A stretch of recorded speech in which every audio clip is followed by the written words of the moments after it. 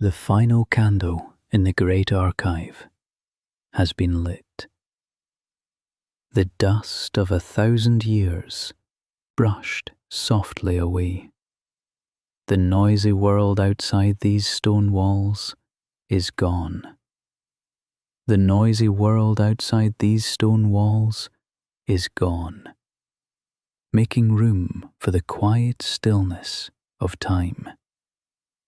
Let your breath slow and follow the ancient ink glowing in the firelight. Here, in this room, the lamps are low and golden.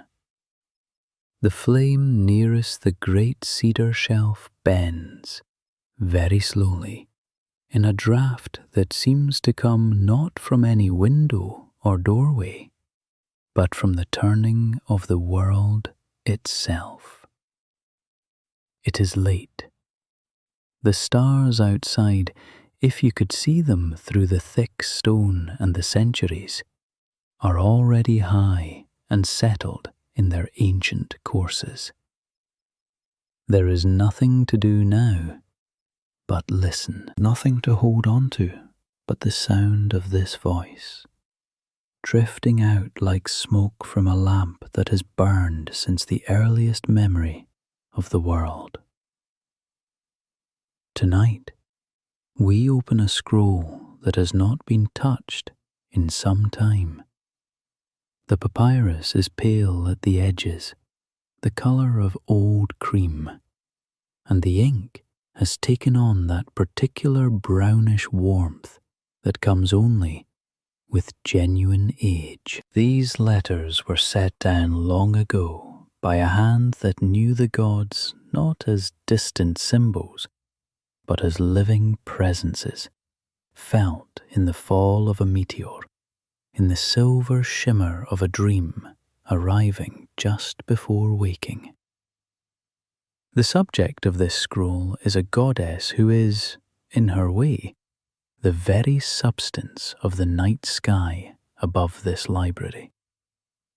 Her name is Asteria, the Starry One, the fallen star, and her story begins long before even the Olympian gods drew breath. Settle deeper, now, into wherever you are resting. The stone floor of this archive is cool and solid, beneath heavy rugs woven in patterns that echo the geometry of the constellations. The lamp makes a small, constant sound, a faint hiss and crackle, like the distant memory of something burning far away. There is nothing here that can disturb you. There is only the voice, and the scroll, and the long, slow descent into a world made entirely of starlight and ancient time. Asteria was born in the age the Greeks called the Golden Age, that vast and unhurried epoch before the rise of the Olympians, when the Titans governed the cosmos under the sovereign rule of Cronus. It was an age of tremendous elemental forces, of gods whose very names described the architecture of existence itself. The world then was younger in some ways, and immeasurably older in others, not yet polished to the bright clarity that Apollo and Athena would later impose upon it, but rich and strange and dim in the way that deep water is dim, full of things that cannot quite be seen, but are felt in the pressure of the dark. Asteria's parents were two Titans of the first generation, Coeus and Phoebe, and their union was one of the most philosophically significant pairings in the entire Greek theological imagination. Coeus, whose name carried within it the notion of inquiry, of questioning, of the restless, reaching intellect that cannot help but turn itself toward the unknown, was, in his Roman aspect, called polis, the celestial axis, the invisible pole around which all of heaven revolved.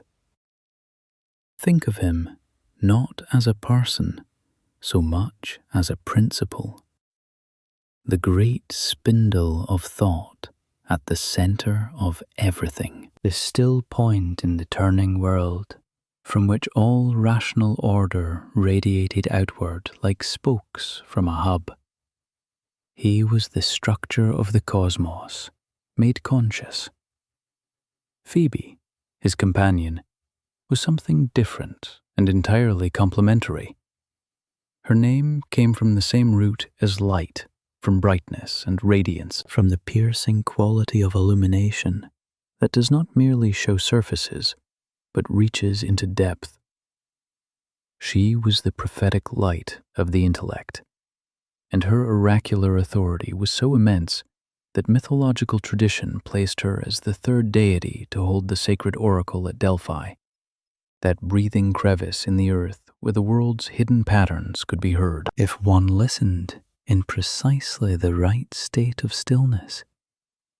Phoebe would eventually pass this mantle to her grandson, the sun god Apollo.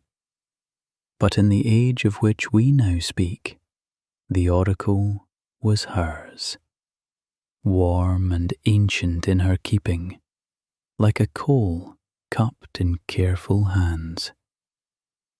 From Coeus and Phoebe came 3 children. There was Lelantos, who drifts through the mythological record like a shadow, barely recorded, his attributes lost to the attrition of centuries. There was Leto, graceful and modest, associated with the soft light of day and the tender patience of motherhood, who would herself become entangled in divine desire and produce, in great suffering, the brilliant twins who would reshape the Olympian world. And there was Asteria. If Leto inherited the daylit aspects of their parents' vast domain, Asteria drew from the deeper well. She became, from her very birth, the goddess of the starry night, of that particular texture of darkness that is not empty, but crowded with light. Every point of brilliance a fallen expression of something vast and unhurried overhead. Her dominion extended to falling stars, those sudden bright lines that streak across the sky in a single breath and are gone before the eye can fully register them, like a thought arriving just at the edge of sleep. And she was the patroness of nocturnal divination, the keeper of that liminal practice by which human beings learned to read the future, not in the hard, clear language of daylight, but in the soft, symbolic grammar of dreams, in the language of astrology, of patterns traced in the slow rotation of the heavens across the long hours of the night. There is something very old in what Asteria represented, something the ancient world understood about knowledge, about the kind of understanding that comes not through argument or examination, but through receptive stillness, through the willingness to lie quietly in the dark and allow the wisdom of the stars to settle like dew upon the surface of the waiting mind. The daylight world is full of questions and answers, of cause and effect, of things that can be seen and measured and named. But the night world, Asteria's world, speaks a different language. It speaks in the slow wheel of constellations, in the sudden flare of a meteor, in the images that drift through the mind between waking and sleeping, neither wholly true nor wholly false, but pointing, always, at something real. She was married, in the age before the great war of gods and titans, to a second-generation titan named Perses. His name meant, in the blunt and honest way the ancient Greeks named their gods, the Destroyer.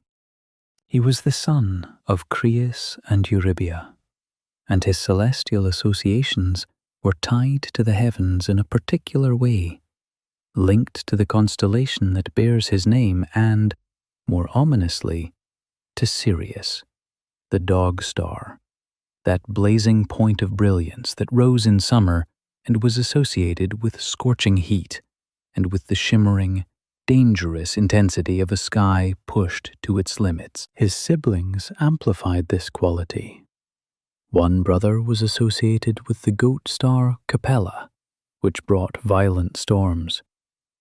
Another brought the cooling western wind that eased the dog days' heat.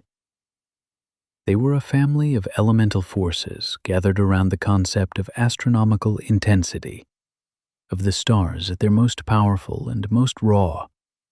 The union of Asteria and Perses produced a single child, one daughter, singular and formidable, who would inherit the combined weight of both lineages and carry it forward into a mythology so enduring that it has never truly faded.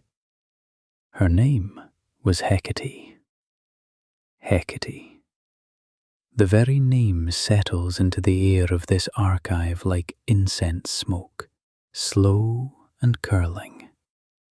She is one of the most recognizable goddesses of the ancient world, the keeper of crossroads, the mistress of witchcraft and magic, the one who stands at the boundaries between the known and the unknown, with her torches held high.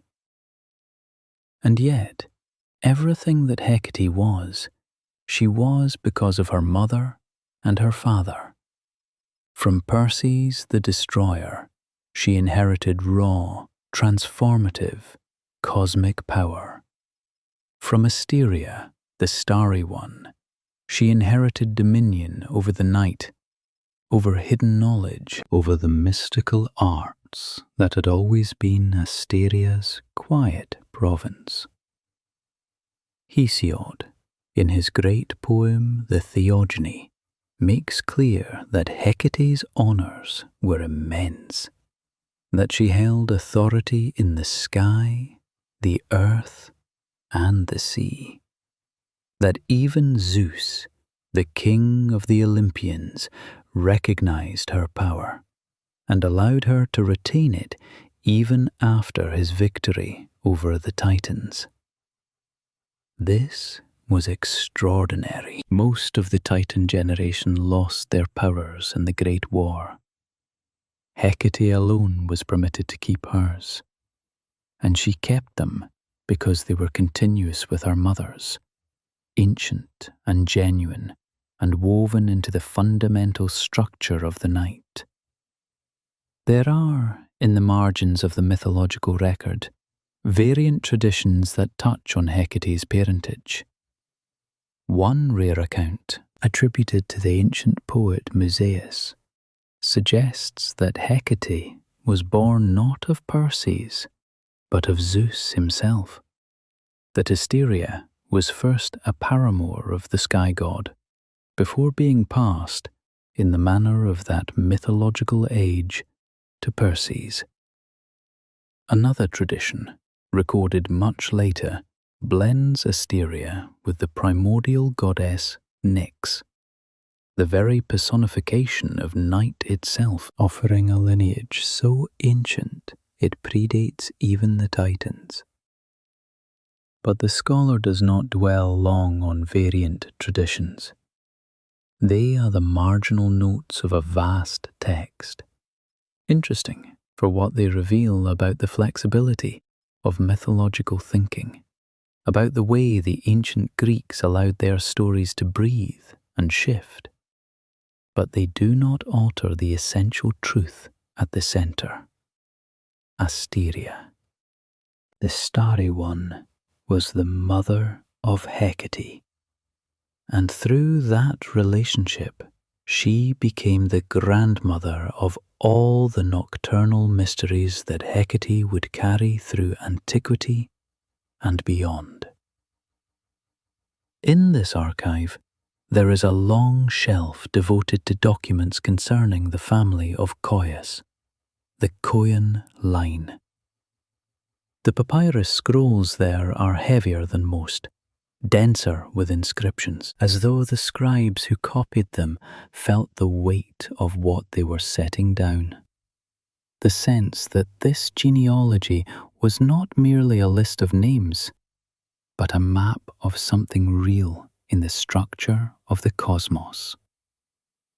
The Titan of the celestial axis and his prophetic companion, their daughters who inherited the day and the night between them, the grandson who would become the sun, the granddaughter who would become the keeper of darkness.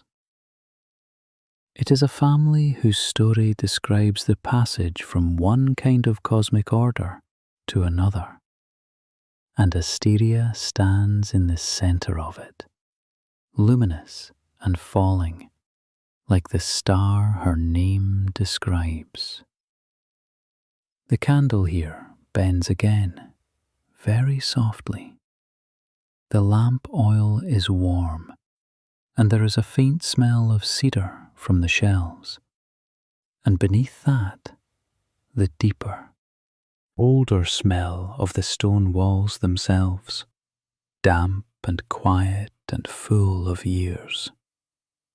Outside this library, somewhere beyond the thick walls and the centuries of accumulated dust, the night is proceeding in its ancient way, the constellations tracing their slow arcs, the stars maintaining their appointed distances, the dark between them profound and still. You are very comfortable now. The sound of this voice is simply something that is happening, like the crackle of the lamp, like the distant breath of wind outside the stone. There is no need to hold any particular image in mind, no need to follow every word. The story of Asteria will continue to settle in the air around you, quiet as starlight settling on a calm sea, and you may let it simply drift, drift, as all stories eventually drift when the hour grows late enough and the candle burns low enough and the body remembers, at last, that it has always known how to rest. The genealogy of the Starry One is laid out now, traced in careful ink across the pale papyrus. Her parents, her husband, her daughter. The great lineage of the celestial axis and prophetic light. The generation of Titans who preceded the Olympians and who, in their own way, made the Olympian world possible. It is a very old story. It is a story from before most other stories begin, and it is only the first page of the scroll. The lamp has not moved. It sits exactly where it sat when we began, its small flame undisturbed, its light falling in the same soft cone across the edge of the scroll and the worn surface of the reading table. Time in this archive does not pass the way it passes in the world outside.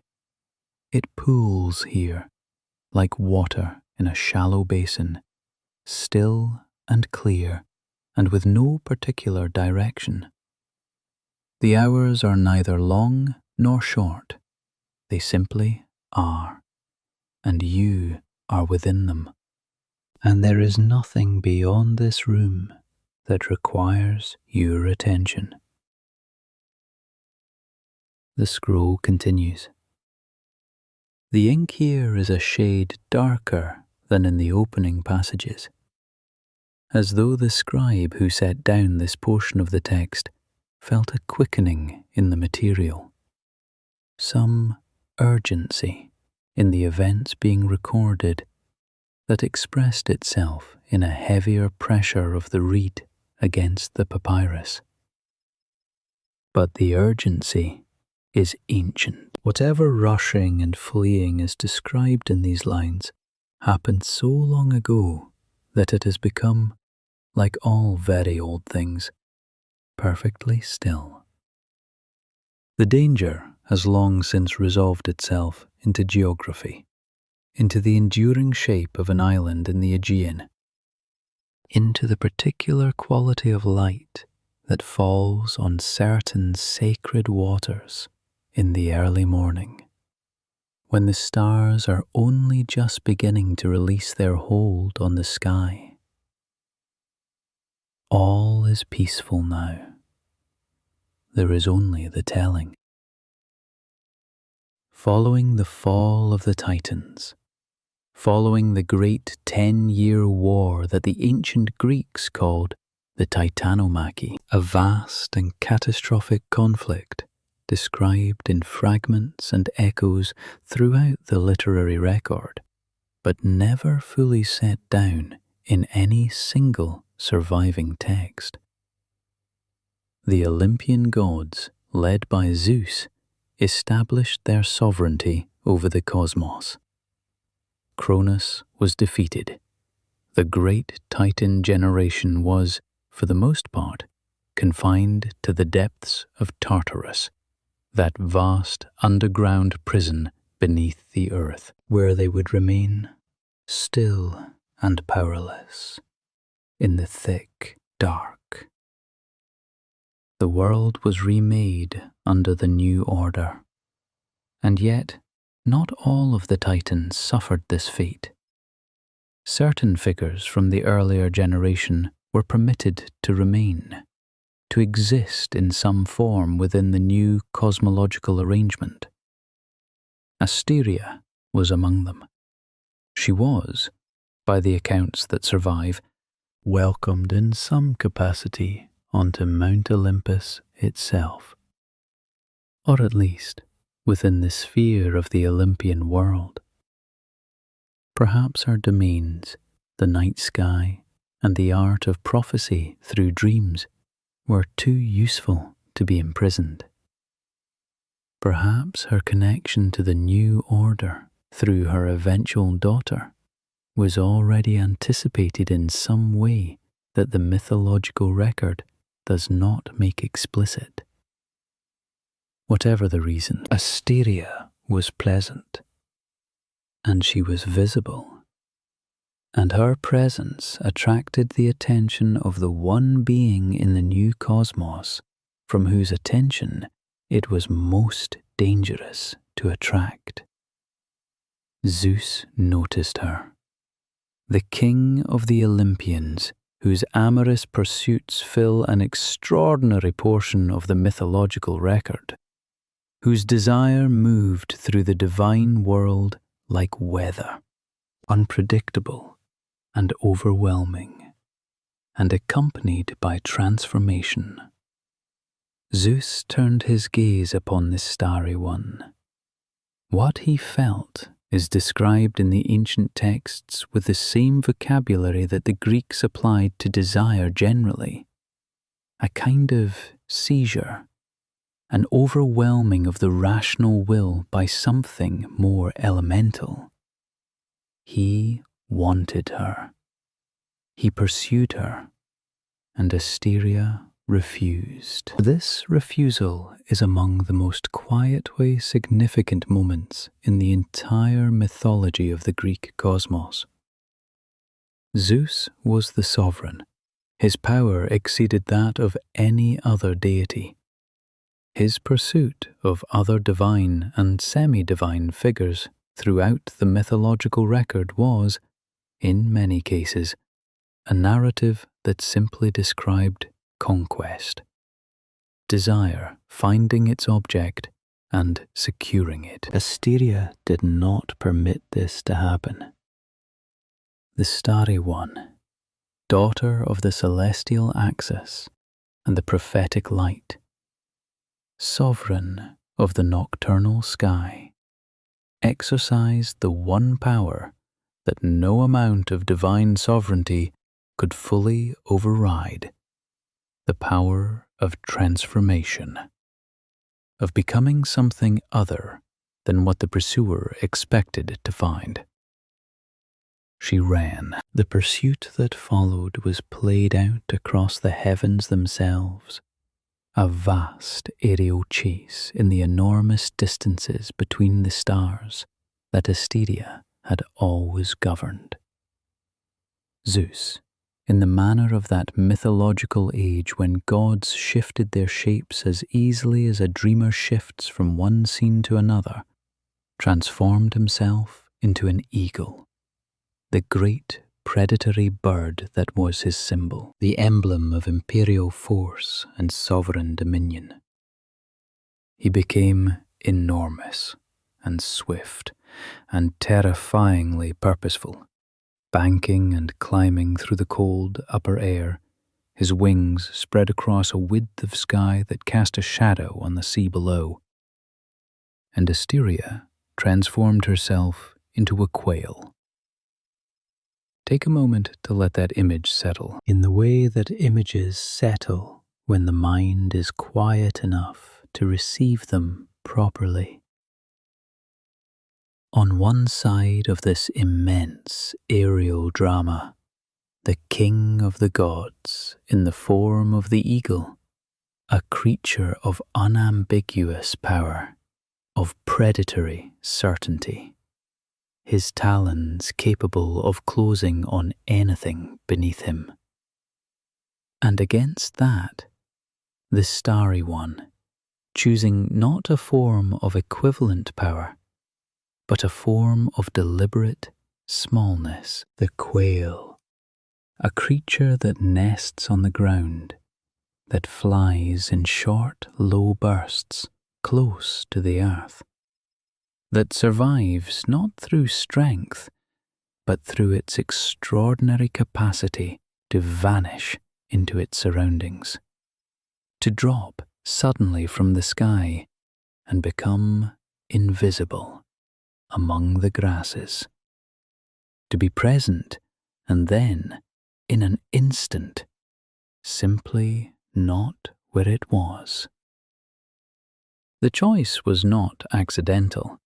In the ancient Greek imagination, birds carried the soul's knowledge of what lay beyond earthly boundaries, and the quail in particular was associated with a particular kind of feminine resilience, the ability to endure, to persist, to emerge again from hiding when the moment was right. The eagle is magnificent and visible and inevitable. The quail is elusive. The quail cannot be predicted. The quail knows how to fall, and Asteria fell. Still in the form of the quail, the goddess plunged from the sky. The Hellenistic poet Callimachus, writing his long and intricate hymn to the island of Delos in the early 3rd century before our Common Era, described this descent in terms that made it something larger than the dive of a small bird. He wrote of her leaping from the heavens into the deep moat of the sea like a star, explicitly connecting the shape of her fall to her celestial name and nature. She was, in that moment, what her name had always described, a falling star, bright and sudden and gone, tracing a line from the sky to the dark water below, a line so quick and irreversible that by the time the eagle turned to follow, there was nothing left to follow. Only the sea, spreading flat and indifferent in every direction, bearing no mark of where she had entered it. Asteria struck the waters of the Aegean and underwent her final transformation. The Quail became an island. It happened not with violence, but with the profound inevitability of a process that had always been building toward this moment. The goddess, who had embodied the darkness between stars, who had governed the mysteries of the nocturnal sky, who had been named for the burning light of the celestial expanse, settled into the sea and became land. Stone and earth and the particular substance of a small Aegean island, its shores still warm from whatever celestial heat had carried her to this place, its surface bare and unadorned, a new thing in an old sea. The island was called, in those first days of its existence, by two names. Sometimes it was called Asteria, simply, honouring the goddess whose body it was, and sometimes it was called Ortygia, the Quail Island, in memory of the form she had held in her flight, the small bird that had chosen falling over capture. Both names were true. Both carried within them the full weight of what had happened here. The long descent from the starry heights to the surface of the sea.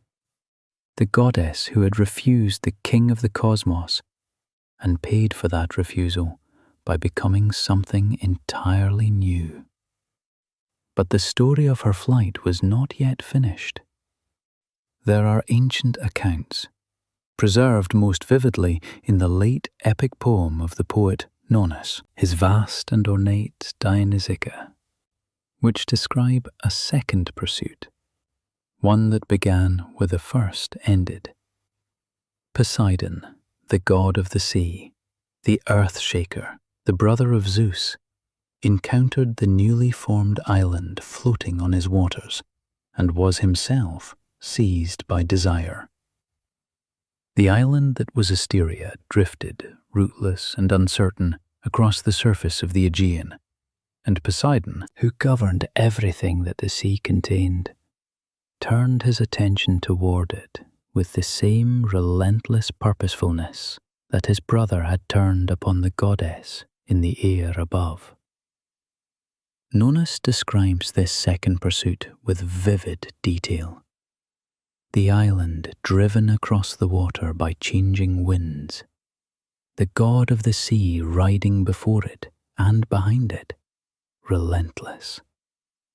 The island finding no rest, no fixed point, no anchor against the restless currents of his domain.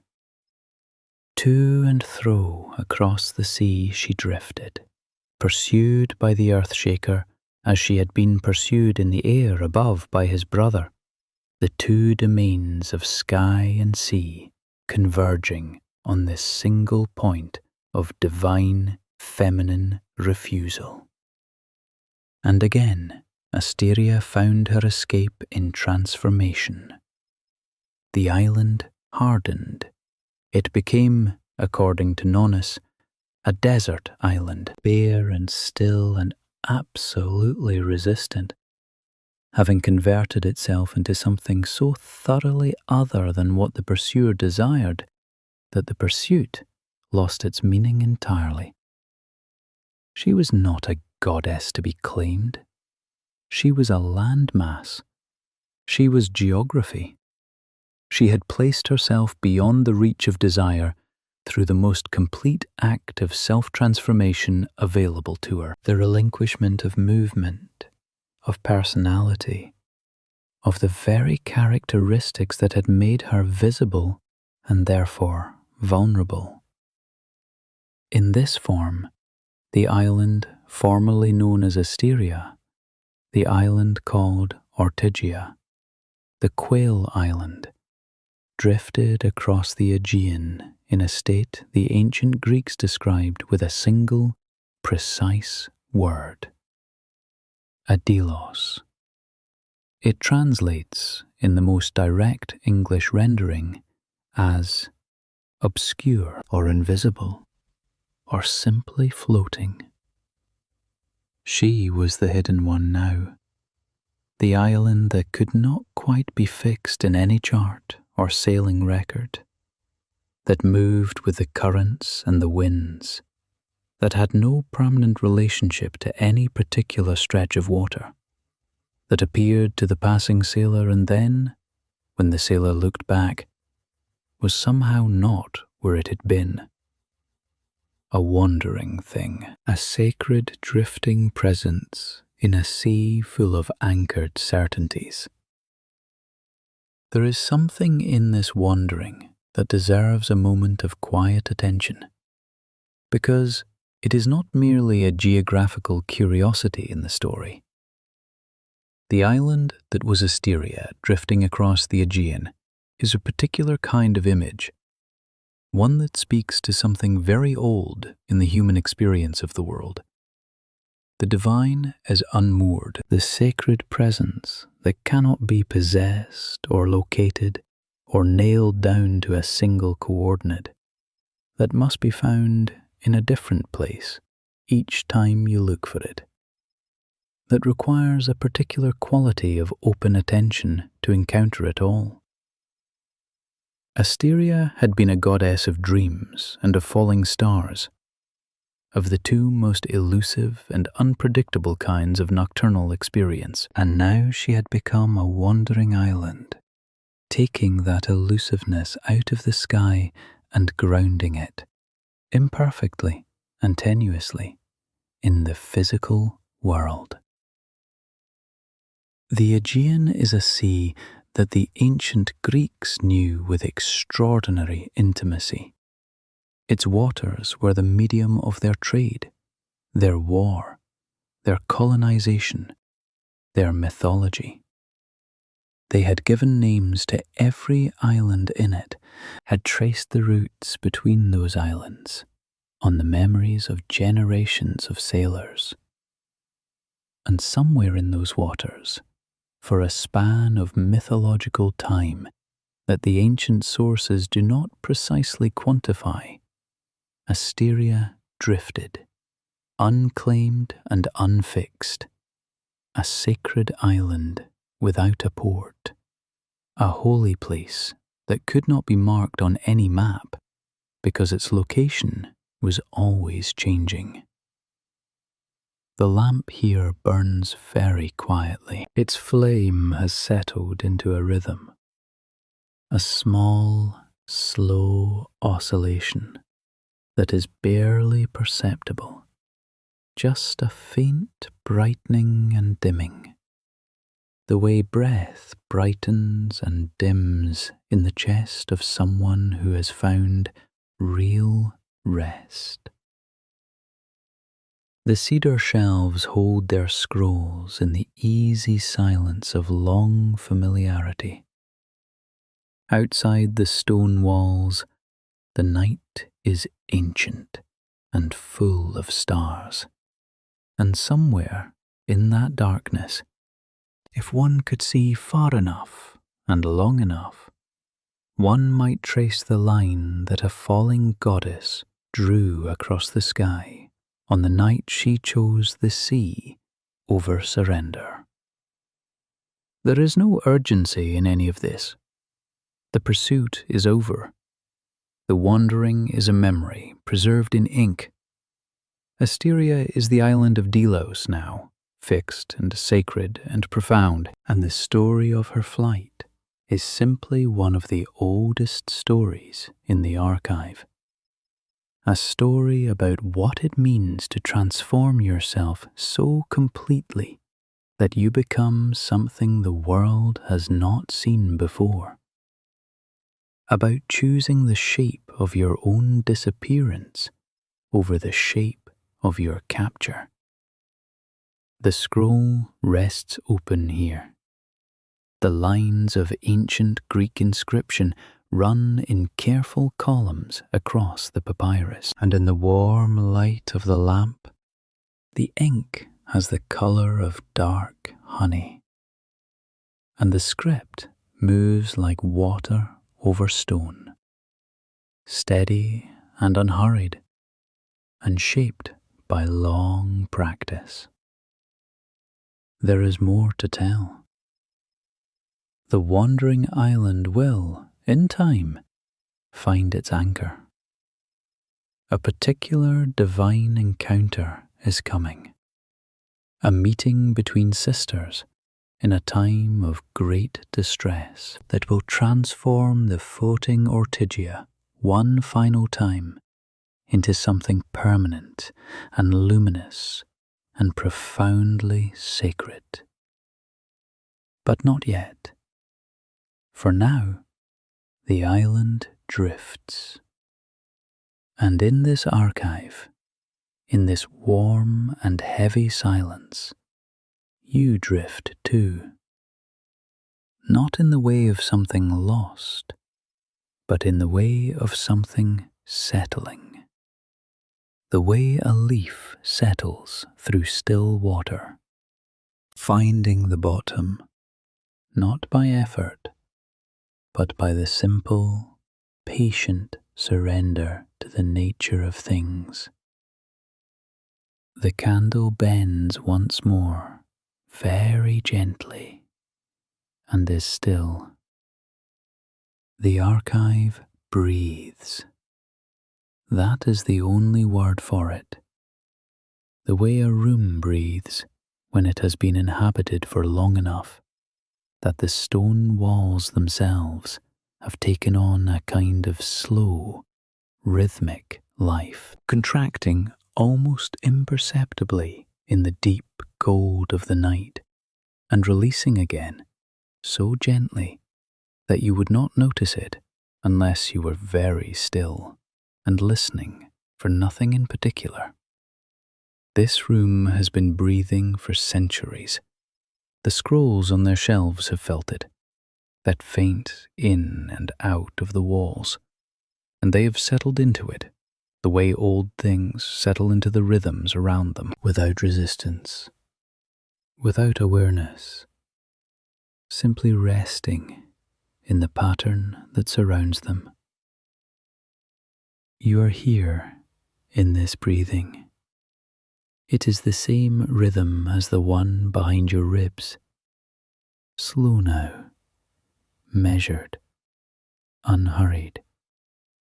There is nowhere to be, there is nothing to resolve. The lamp has burned down slightly from where it was when we began, the oil level falling by just a fraction, and the light is perhaps infinitesimally warmer than it was, the colour of the flame having deepened from gold towards something closer to amber. The scroll is still open before us. The text continues.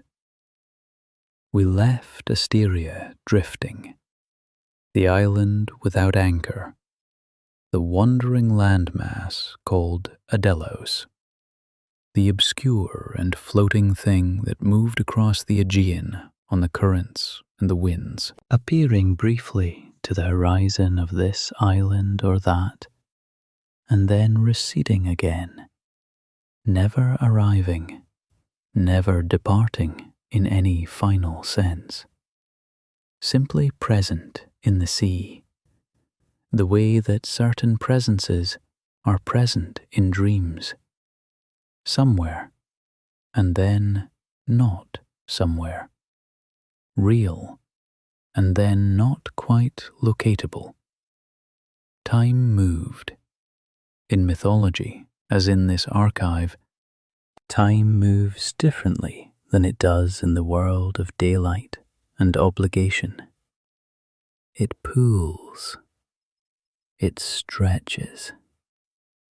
A single event can take generations to arrive at its consequence, and the consequence, when it comes, can seem both sudden and entirely inevitable.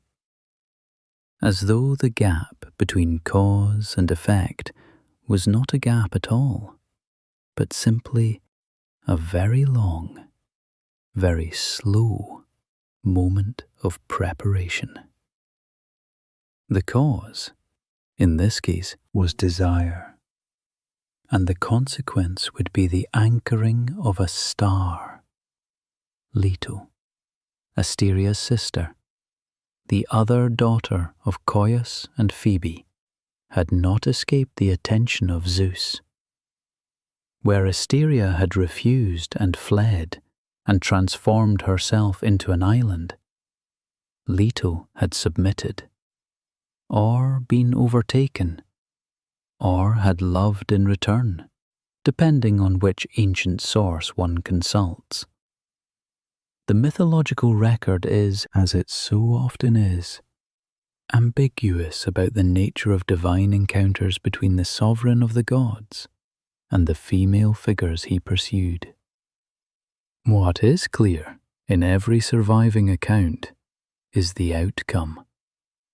Leto was pregnant with Zeus's children, 2 of them, twins, whose nature and ultimate cosmic significance would dwarf almost anything that had come before in the Olympian order: a sun god and a moon goddess, Apollo and Artemis. And Hera knew, the queen of the gods, whose jealousy was as immense and as elemental as any other divine force in the Greek cosmos, whose fury at her husband's infidelities had generated some of the most sustained and systematic divine persecution in the entire mythological record. Hera knew that Leto carried the children of Zeus, and she acted with the full authority of her position. She issued a decree, a terrible, precise, and comprehensive ban. No land that was rooted to the earth, no place that was touched by the light of the sun would be permitted to offer Leto shelter for her labour. It is worth pausing on the precision of this decree, because the ancient Greeks were extraordinarily attentive to the precise wording of divine prohibitions. The ban had specific technical parameters: rooted to the earth, touched by the sun.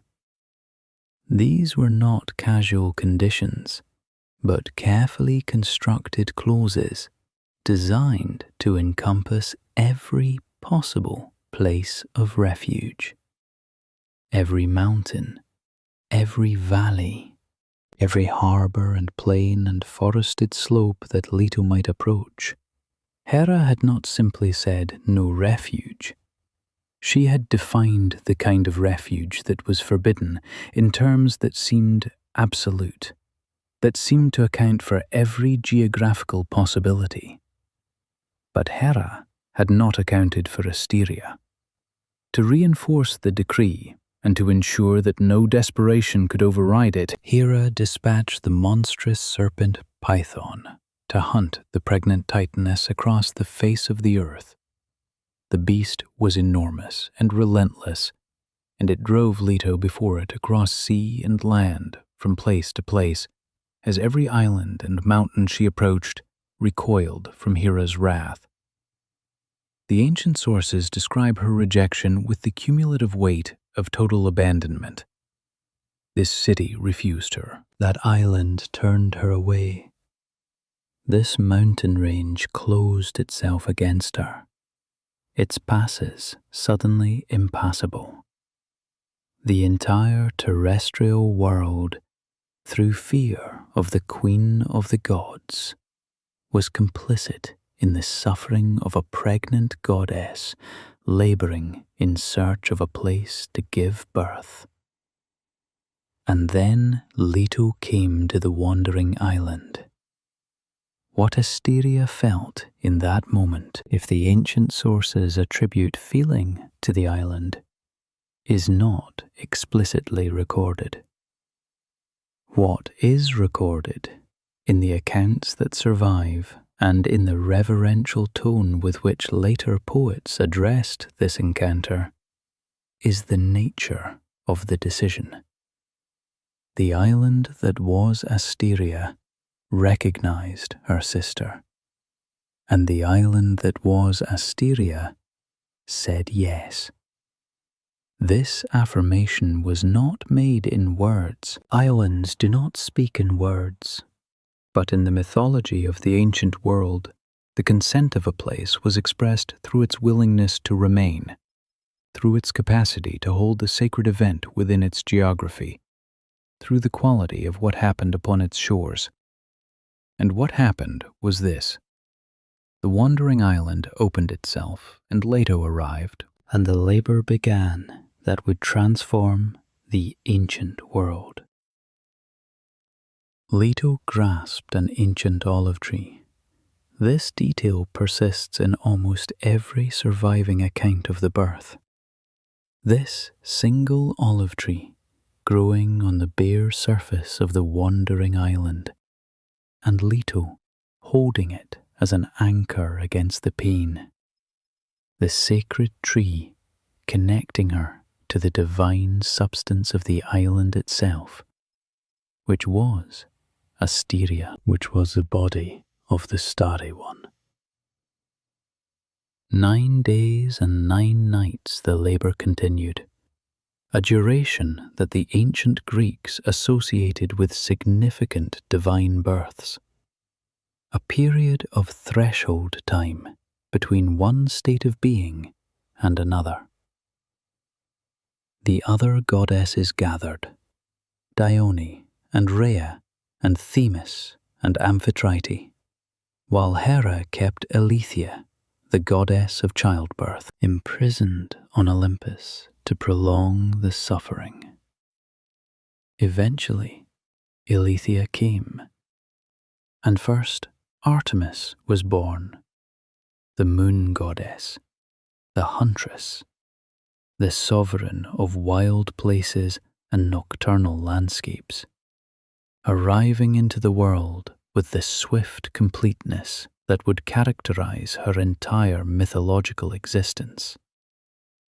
Then, 9 days after his sister, Apollo came into the world on the island that was Asteria, the sun god, the lord of light and prophecy, and music and rational order, the deity who would transform Delphi and reshape the entire religious landscape of the ancient Greek world. When Apollo was born, the island blazed. The ancient sources describe this moment with a reaching for language that itself says something about the inadequacy of ordinary words to contain what was happening. The sacred swans that circled the island cried out. The sea around it shone. The olive tree under which Leto had laboured took on a particular quality of light, and the island, the wandering Delos that had drifted rootless across the Aegean for all the long years of mythological time, felt something change in its relationship to the water beneath it.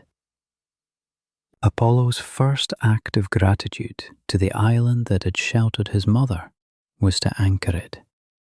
The floating landmass, the body of Asteria, the Starry One, grew roots downward into the seabed, great deep anchors of stone and earth that reached through the water and found the floor and held.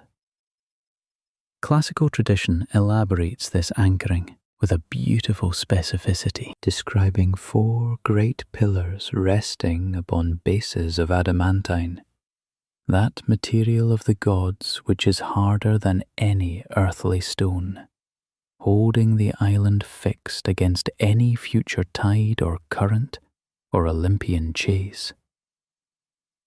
The wandering was over. The island was permanent, and it was given a new name Delos, from the Greek word for the manifest, the visible, the clear. The island that had been Adelos, obscure, floating, impossible to locate on any map, became Delos, the revealed, the present, the place that could be found because it had at last agreed to be found. The shedding of the name was itself a kind of second transformation, as significant in its way as the transformation from Quail to island had been. Asteria had become Ortygia when she struck the sea.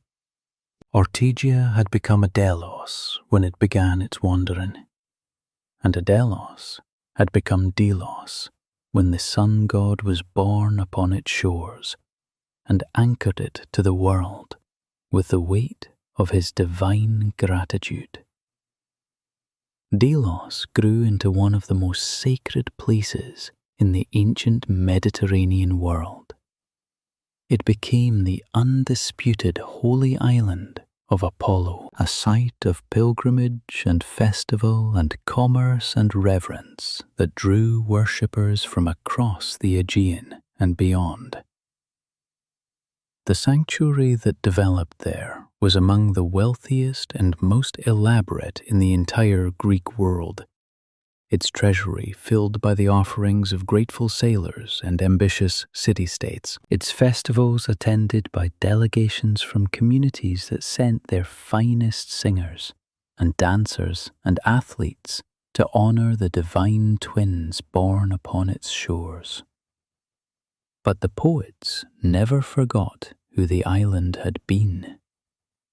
The lyric poet Pindar, one of the supreme craftsmen of the Greek literary tradition, addressed the island directly in his processional song and in his fifth paean, and in doing so he preserved the essential truth of Asteria's sacrifice in language of extraordinary beauty.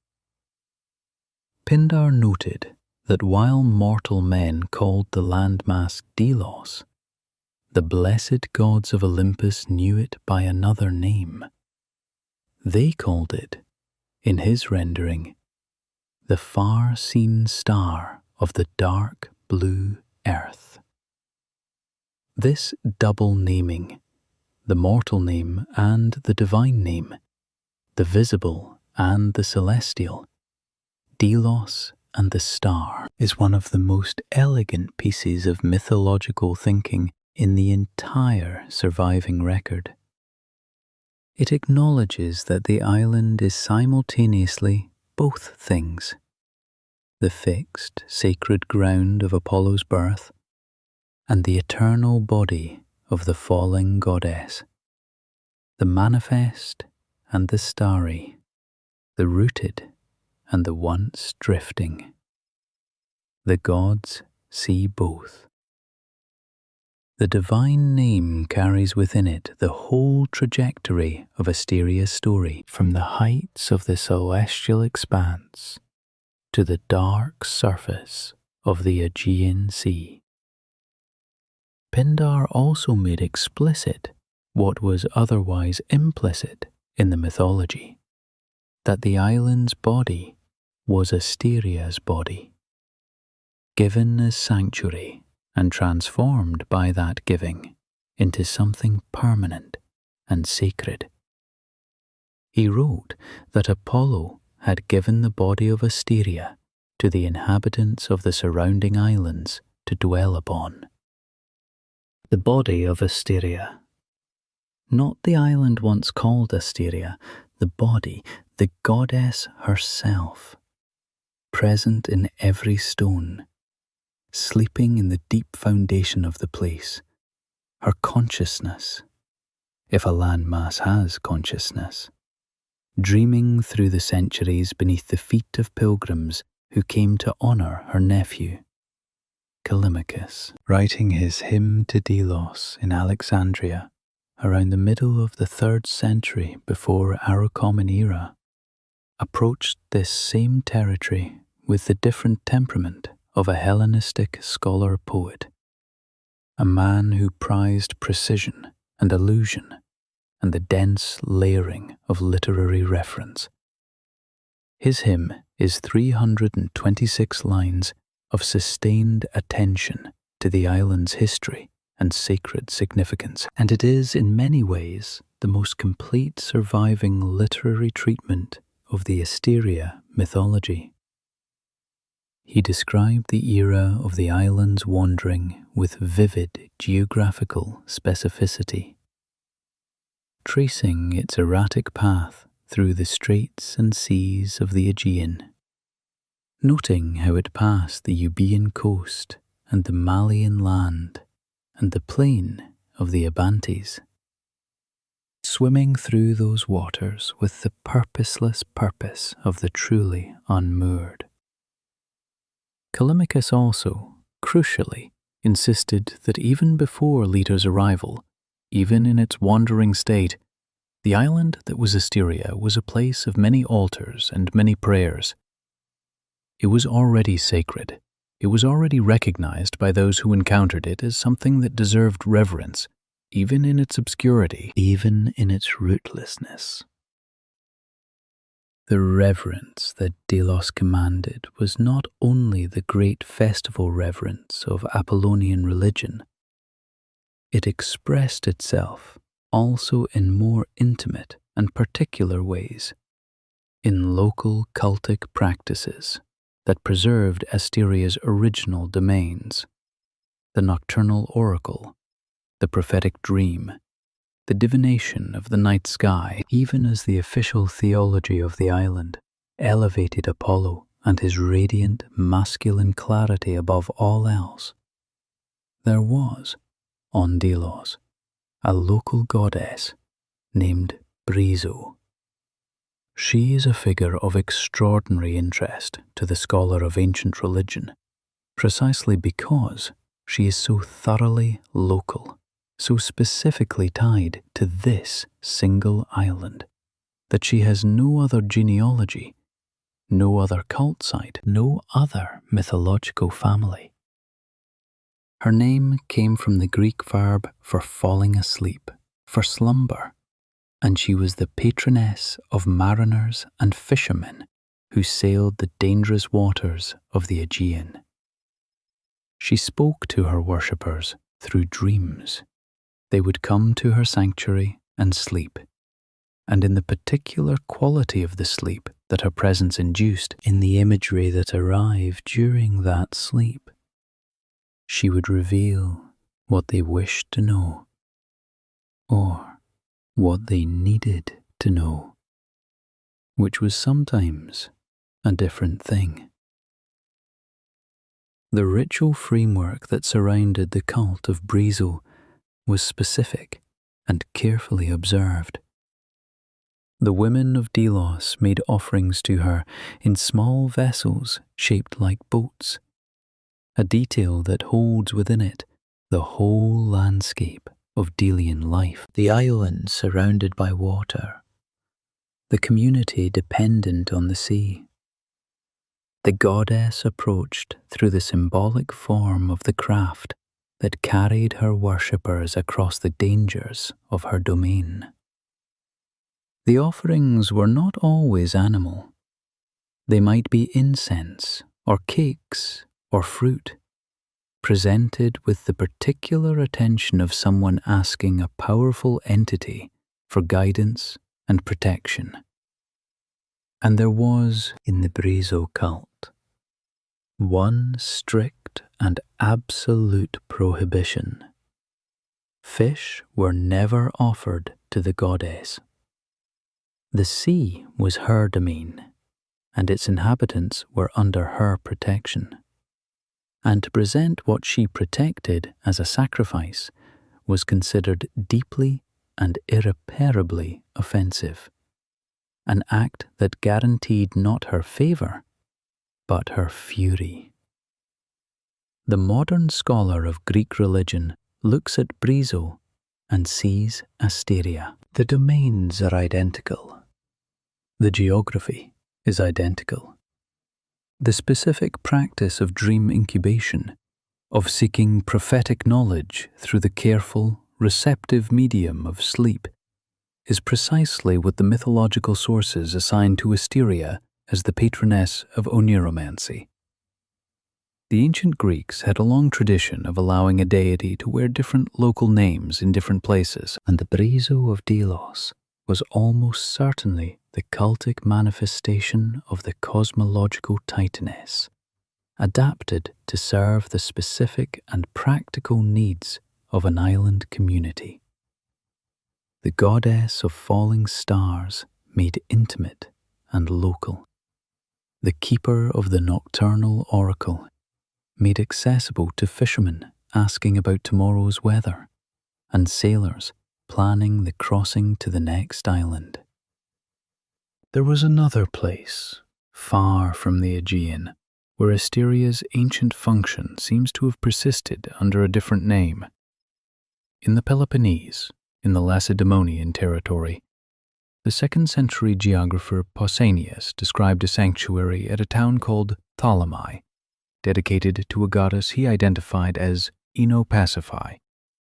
The sanctuary was a place of dream incubation. Worshippers came there and slept within the sacred precinct, and the goddess revealed in dreams whatever they wished to learn, speaking in the language of nocturnal imagery that Asteria had always governed.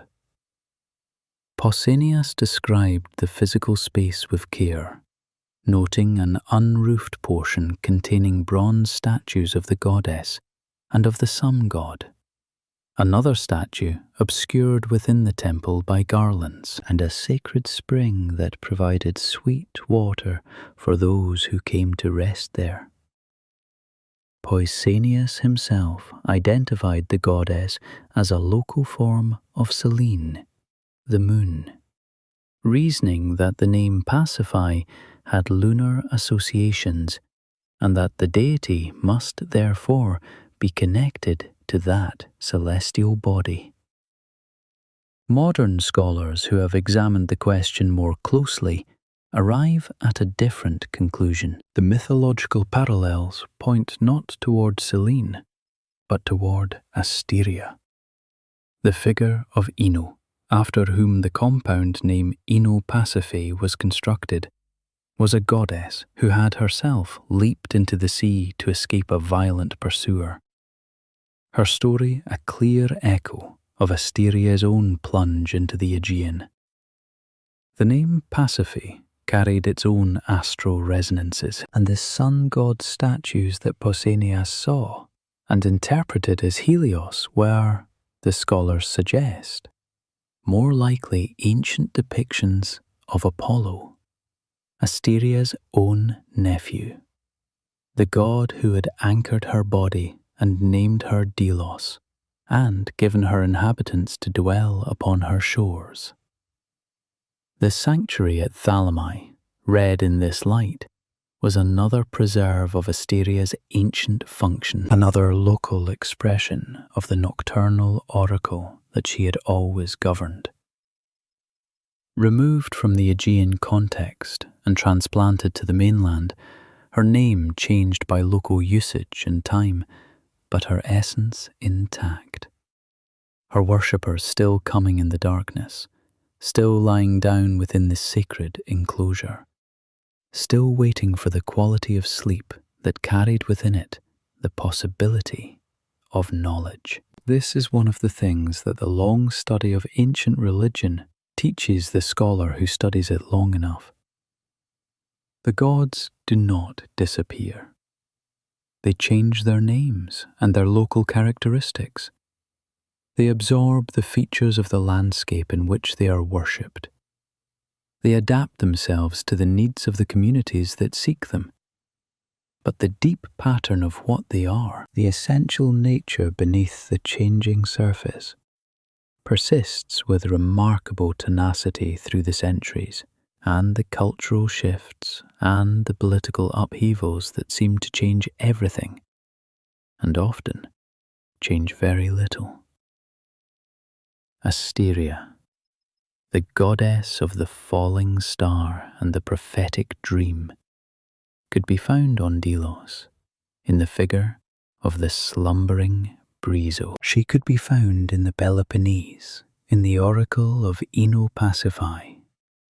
She was present in those places not as a memory, but as a continuing practice, as something that people still did, still sought, still found useful and real, and worth the act of lying down in the dark and opening themselves to whatever the night chose to offer.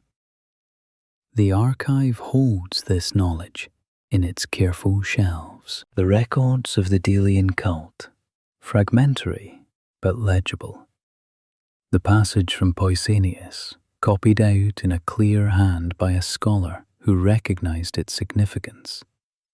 The notes in the margins, the cross-references, the careful arrows drawn between related passages, showing how the same sacred pattern expressed itself differently in different places, how the goddess of the falling star permeated the ancient world in ways that official theology and grand literary tradition only partially captured. The lamp oil is perhaps a third lower now than when we began. The flame has reached that particular stage of a long burning where it becomes remarkably steady, no longer dancing or bending, just present. A warm point of amber in the surrounding dark. The scrolls breathe on their shelves. The stone walls hold their quiet. Outside this room, in whatever direction outside may be, the night continues its ancient practice of turning slowly toward morning. The stars completing arcs they have completed every night since the beginning of the world. And beneath the Aegean Sea, if the mythology is true in the way that the deepest mythologies are true, the roots of Delos extend down through the cold water and the stone and find their adamantine anchor. And in that anchor, the body of Asteria rests, enormous and still. The fallen star become the fixed island.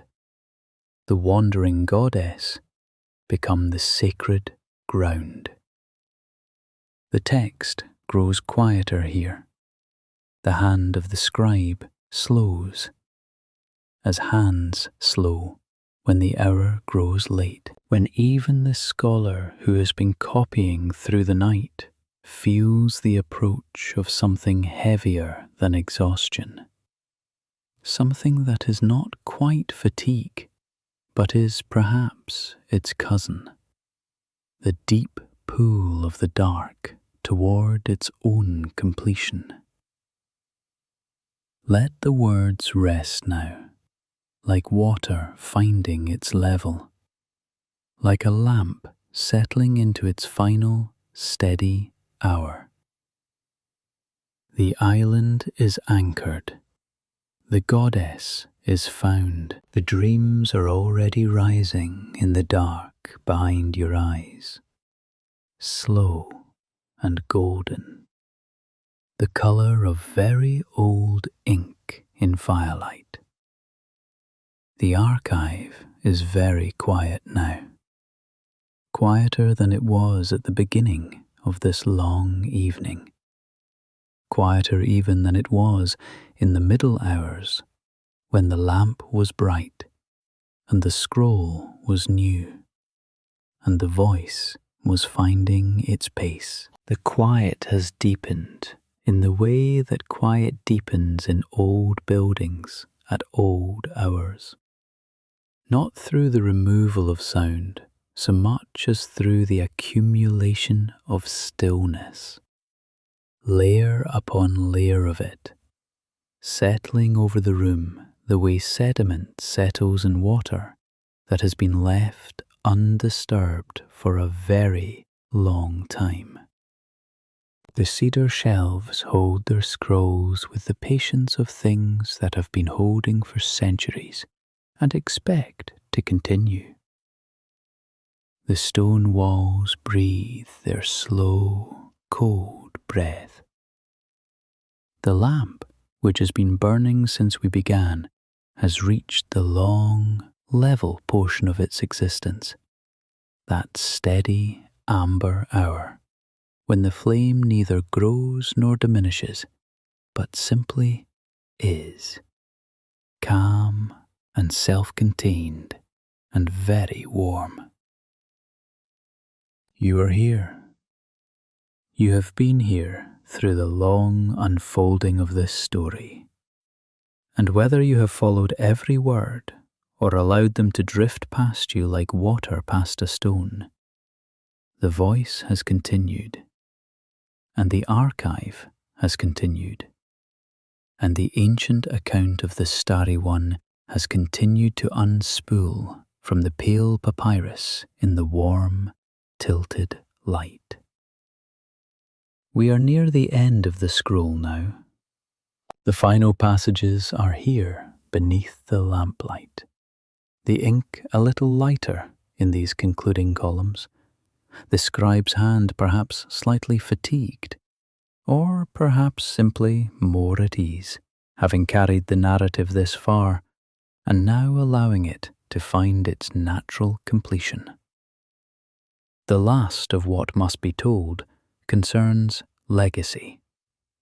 The way a fallen star does not simply fall and vanish, but persists in the stone that it becomes, in the memory of those who saw the light of its passage, in the long, unfolding consequence of the moment when it left the sky and chose a different form.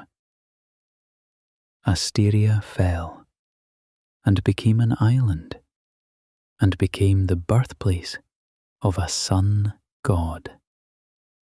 And her legacy radiated outward from that moment in several directions at once, the way light radiates from a single source, finding everything within its reach and illuminating it in the particular quality of its colour. The most intimate expression of her legacy was her daughter, Hecate. We have spoken her name already earlier in the evening, when we traced the genealogy of the Quail line and understood how the union of Asteria and Perses produced this singular, formidable figure. But to speak of Hecate's inheritance properly requires more than genealogy. It requires a sense of what was transmitted, of the specific qualities that passed from the mother to the daughter and were amplified in that passing. The way that certain characteristics intensify when they move from one generation to the next, becoming in the child something more concentrated and more fully expressed than they had been in the parent. Asteria governed the night sky with a quality of serene, receptive sovereignty.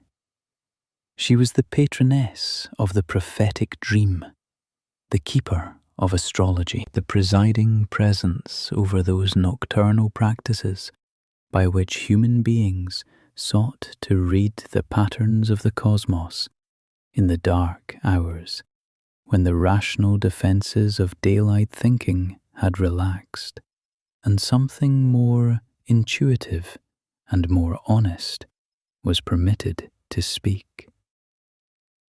Her relationship to the night was one of belonging, of native fluency, of a goddess who was genuinely of the dark in the way that Apollo was genuinely of the light. There was no menace in her night. There was mystery and depth, and the particular kind of wisdom that comes only through receptive stillness. But there was no terror.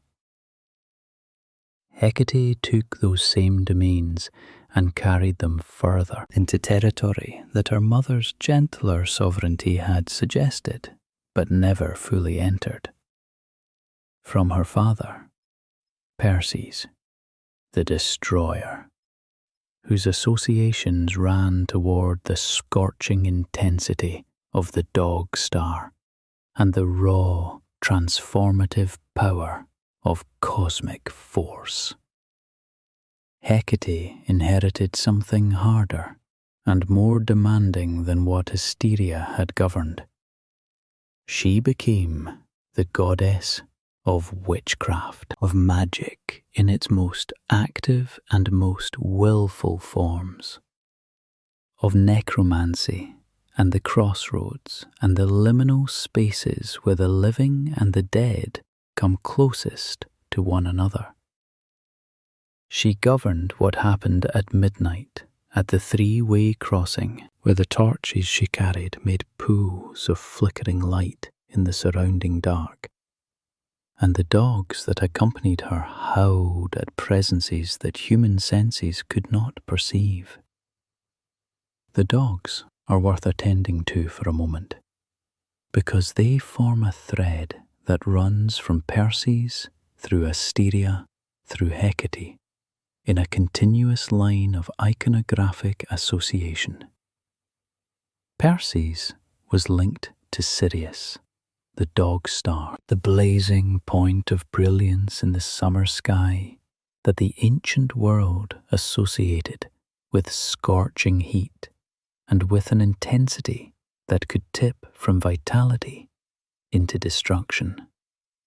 The dog star governed a particular season.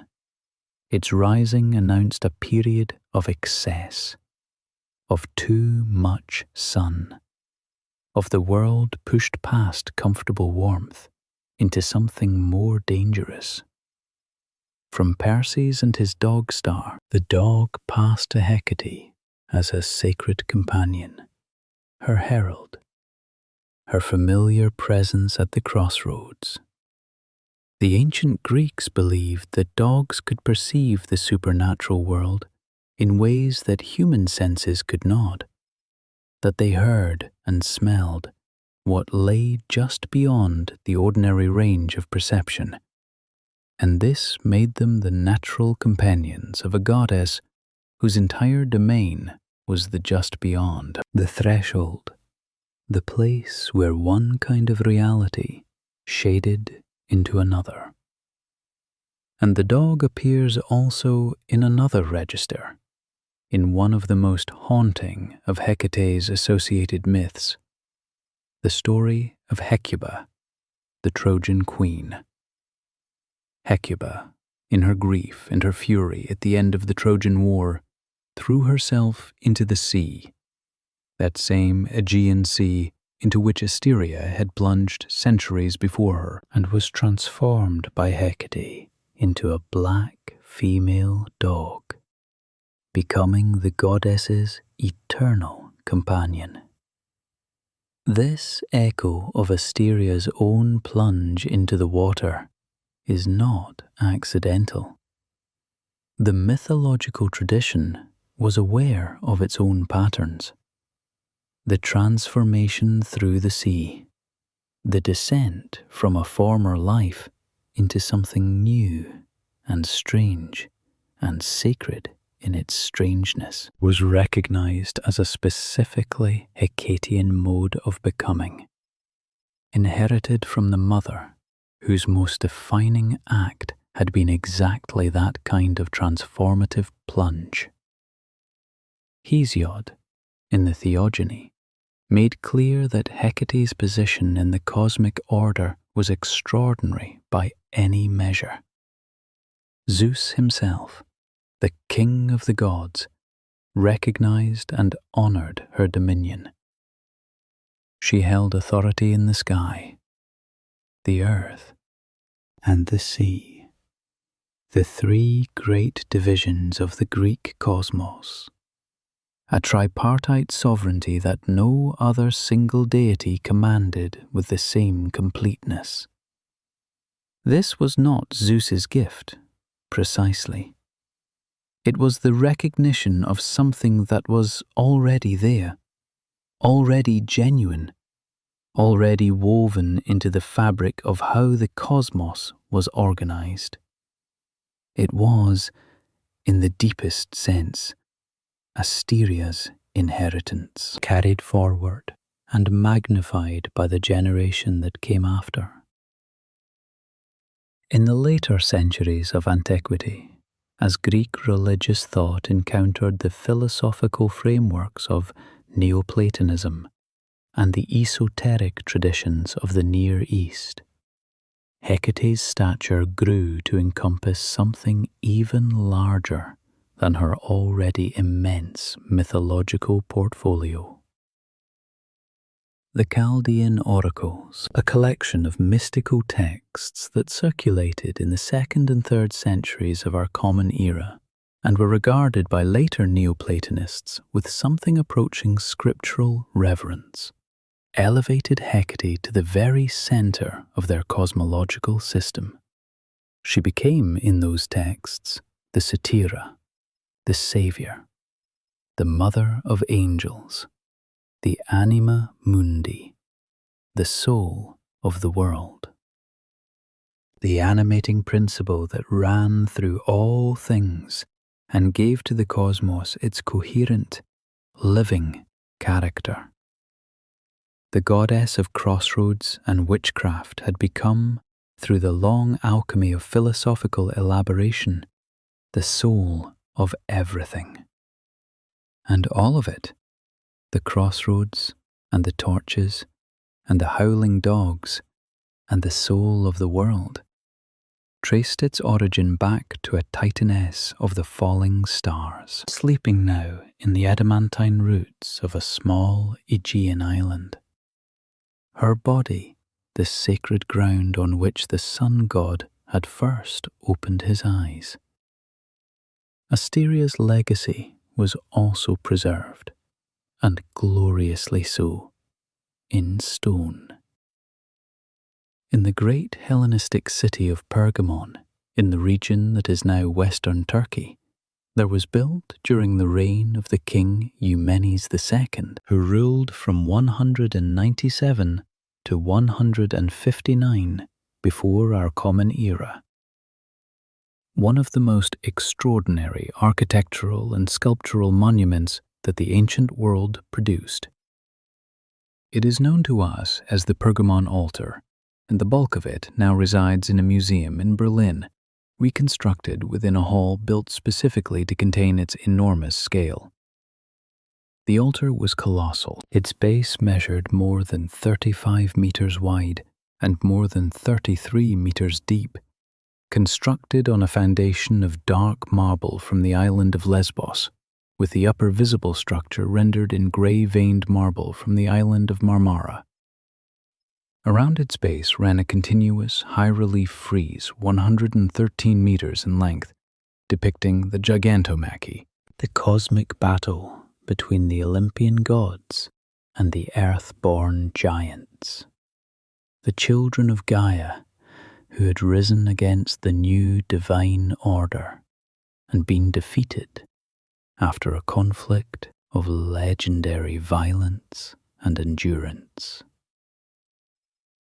The Gigantomachy was one of the most potent political and philosophical allegories in the entire vocabulary of Hellenistic art. It represented the triumph of civilization and divine order over the chaotic forces of raw, unrefined nature. It said, in the language of heroic sculptural form, that there is a difference between power that serves order and power that serves only itself, and that the difference matters cosmologically, not merely politically. The altar was built in the aftermath of Pergame's military victories over the Galatian tribes of Anatolia, and the myth of the Gigantomachy was explicitly intended to frame those victories in cosmic terms, to suggest that Pergamon's kings were, in their struggles against barbarism, continuing the work that the Olympian gods had begun. On the south frieze of the altar, dedicated specifically to the deities of light and the heavens, Asteria appears. She stands beside her mother, Phoebe, the two of them placed together on the sacred stone, mother and daughter reunited in the Hellenistic artist's vision of the battle that had determined the shape of the cosmos. Phoebe holds a torch, that attribute of radiant, piercing, prophetic light that had always been her domain. And Asteria, the Starry One, who in her mythological narrative had done everything possible to avoid conflict, who had transformed herself into a quail and then into an island rather than engage with the sovereign power that pursued her, stands on the Pergamon frieze with a sword drawn. She is armed. She is militant.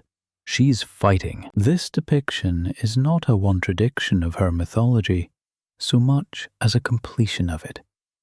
The Pergamon artists understood, as good artists always understand, the material they are given, that Asteria's evasion of Zeus was not weakness, it was not timidity, it was the exercise of a different kind of power, the power of transformation, of self-determination, of refusing the role that force attempted to assign her. The goddess who had chosen the form of the quail rather than submit to the eagle had not chosen that form because she was incapable of opposition.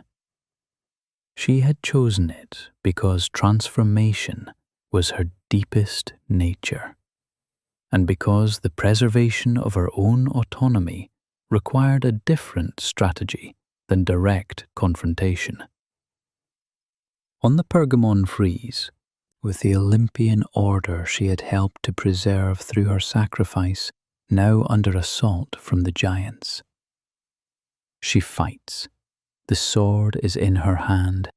The strategy has shifted because the situation demands it.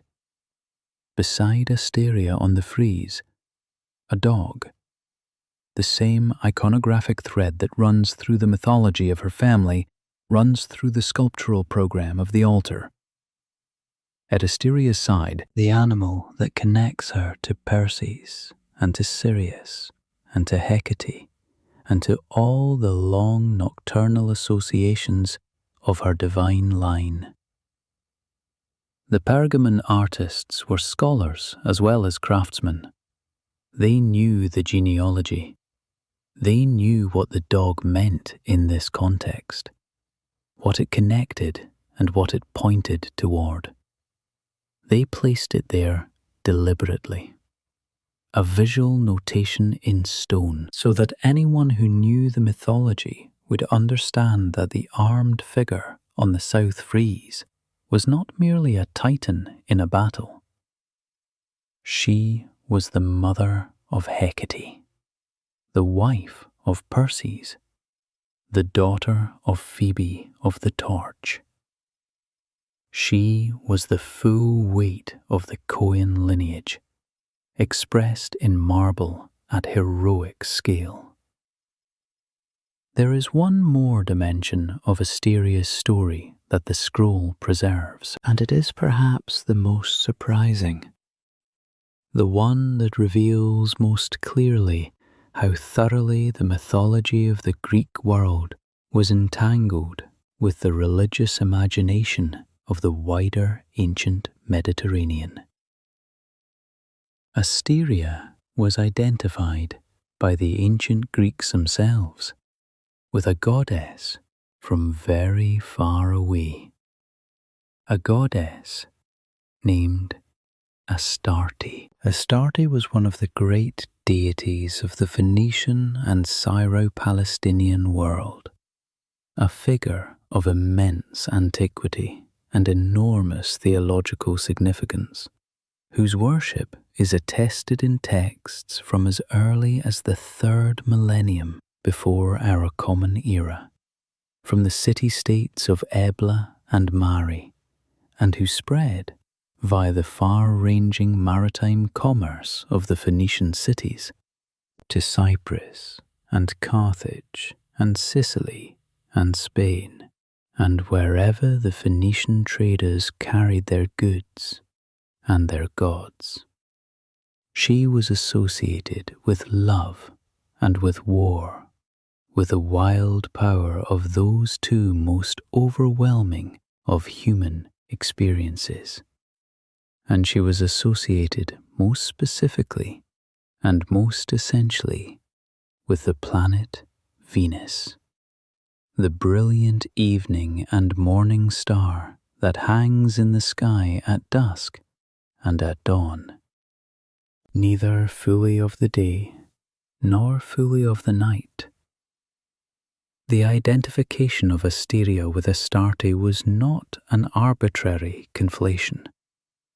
The phonetic similarity of their names, Asteria and Astarte, was noticed in antiquity and taken as meaningful, as a sign of connection, of shared celestial origin.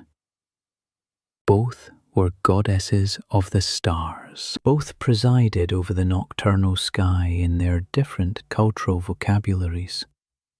Both were associated with the particular quality of luminescence that the ancient world perceived in the stars as a category of divine presence. Light that was real, but not solar. Not the commanding, rational clarity of Apollo's sun, but something older and more mysterious and more intimate. The most extraordinary evidence of this cross-cultural theological weaving comes from the ancient author Athenaeus, who preserved in his vast literary compendium a passage from the earlier geographer Eudoxus of Cnidus.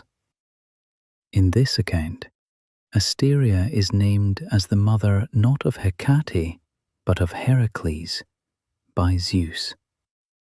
And this Heracles, the context makes clear, is not the Greek hero of the 12 labours, but the Hellenized form of Melkart, the great tutelary deity of the Phoenician city of Tyre, a dying and rising god whose cult encompassed resurrection, whose sacred animal was the quail.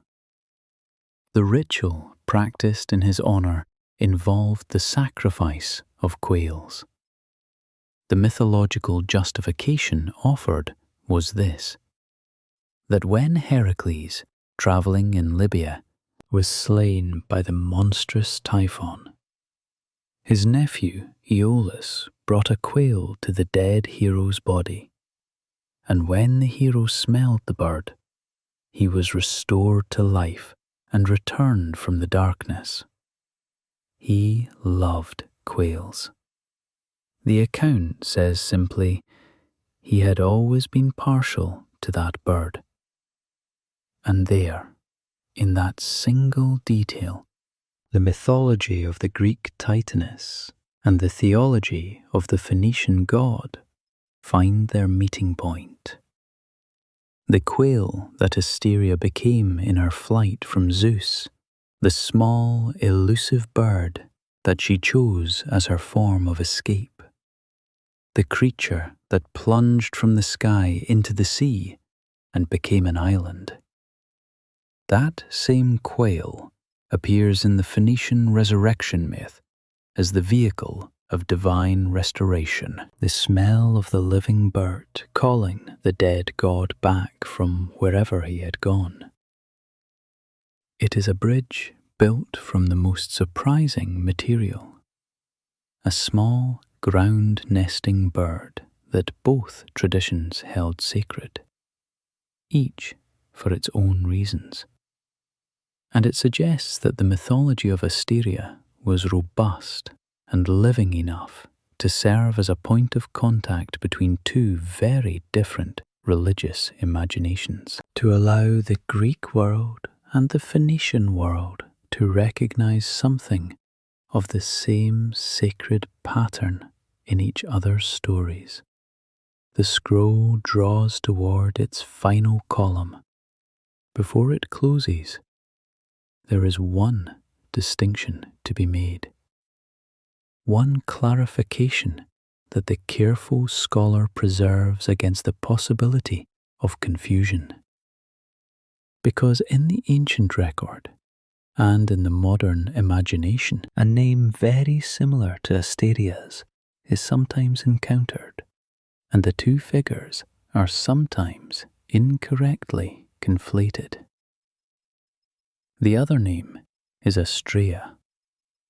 Asteria was the star maiden, the divine personification of justice and purity, the daughter of Zeus and Themis, and she belonged to the daylight world of moral order, not the nocturnal world of prophetic dreams.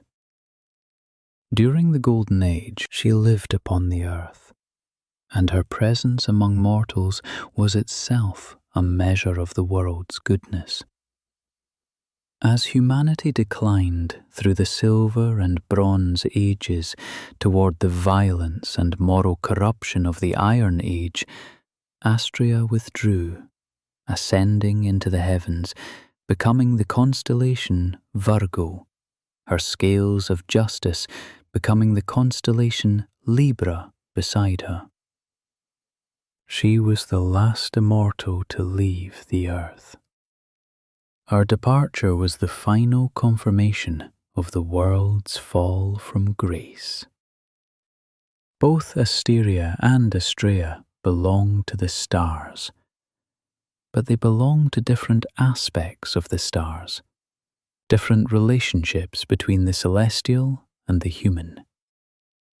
Astraea represents what is lost when human moral life collapses, the purity that cannot endure corruption and must therefore withdraw.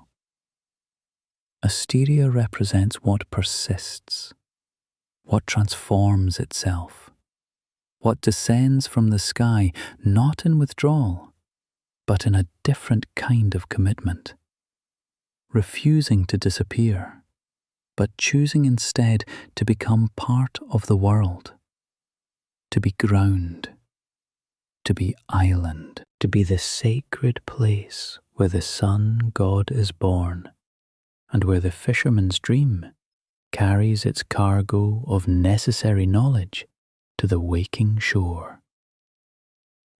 This is the deepest thing the scroll preserves about the Starry One, that she did not leave. She fell, yes. She transformed, yes. She became unrecognizable as what she had been. But she stayed. She was present in the world, in a form that the world could walk upon and build temples on, and bring offerings to in small boat-shaped vessels by the light of a lamp, just like this one. Her wisdom was not withdrawn into the purity of a distant constellation. It was available, here, in the dark, in the dream, in the moment between sleeping and waking, when the mind is soft enough to receive what the night has to offer. The scroll reaches its final line. The ink is thin here, the last strokes of a reed that had been writing for a long time, and the letters have a slightly tentative quality, as though the scribe understood that what came next was silence, and was already beginning to yield to it. The story of Asteria is complete, the genealogy traced, the flight described, the island anchored, the legacy measured in marble, and in the daughter who carried the night into eternity. The lamp is very low now. The flame has narrowed to something small and perfectly still, a point of amber light that barely moves at all, that has found in its diminishment a kind of absolute steadiness that the fuller flame did not possess. The oil is almost gone. The cedar shelves recede into shadow at their far ends. The scrolls are dark shapes against the darker wall, holding their contents with the patience of the very ancient, waiting for no particular moment, simply resting in the accumulated quiet of centuries. The great tome closes, not with a sound, exactly. Or if there is a sound, it is the softest possible version of the sound a heavy thing makes when it settles into its final position.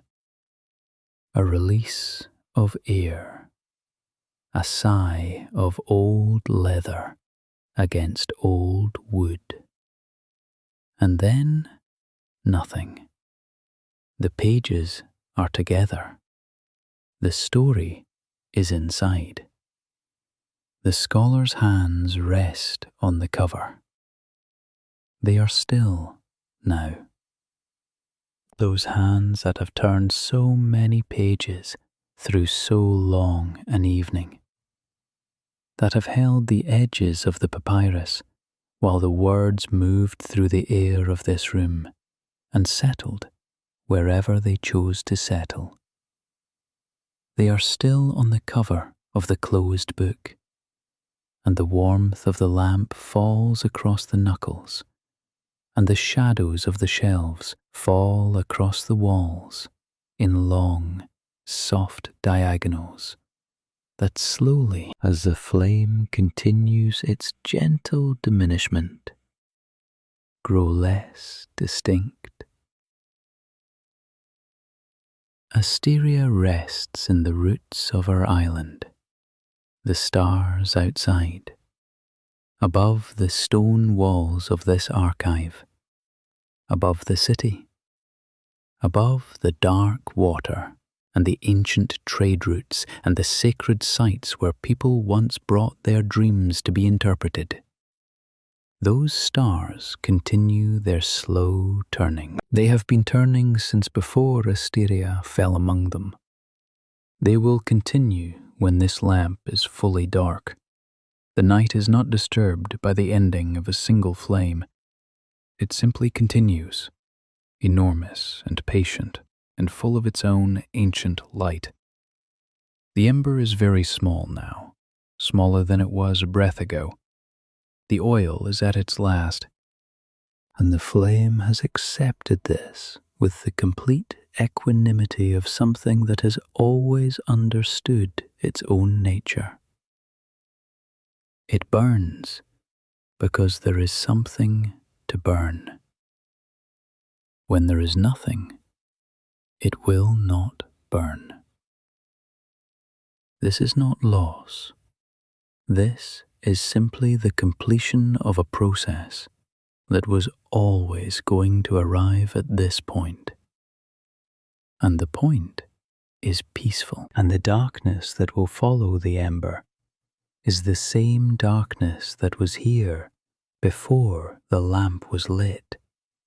The same safe, heavy, stone-walled dark that has always been this room's truest nature.